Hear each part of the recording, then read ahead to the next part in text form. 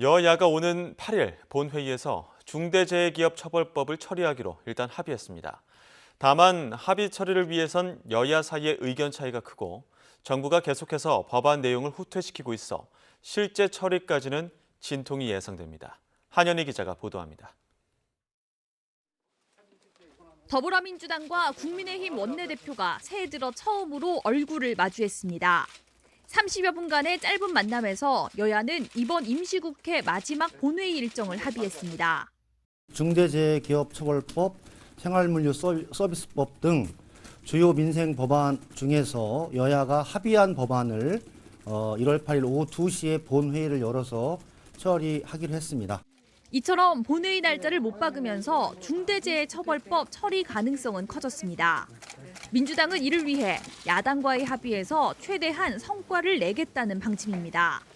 하지만 국민의힘 내부 반발도 만만치 않아 합의 자체가 낙관적이진 않습니다. 법리에도 현실에도 맞지 않는 이 법을 막무가내식으로 일단 시행해보고 문제가 있으면 보완하자는 여당의 태도는 참으로 못난 짓입니다. 게다가 노동계도 처음부터 반발했던 정부 안에서 오히려 점점 후퇴하고 있다는 점도 논란이 되고 있습니다.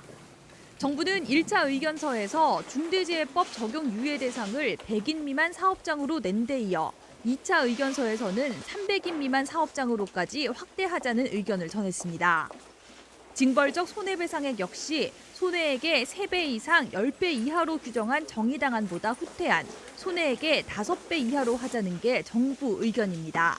최근 정부와 국회의 태도를 보면 약자인 노동자는 없고 강자인 재계의 민원만 보입니다.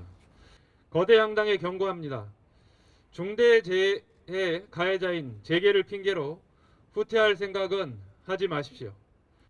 여기에 과거 안전관리를 소홀히 한 이력을 근거로 중대재해 책임을 묻는 인과관계 추정을 삭제하고 관계공무원 처벌 범위를 축소하는 방향으로 논의가 진행되는 것을 두고도 반대 목소리가 큽니다. 때문에 민주당과 국민의힘이 극적으로 합의해 이번 주에 중대재해기업처벌법을 처리하더라도 파장이 만만치 않을 것으로 보입니다. YTN 한현희입니다.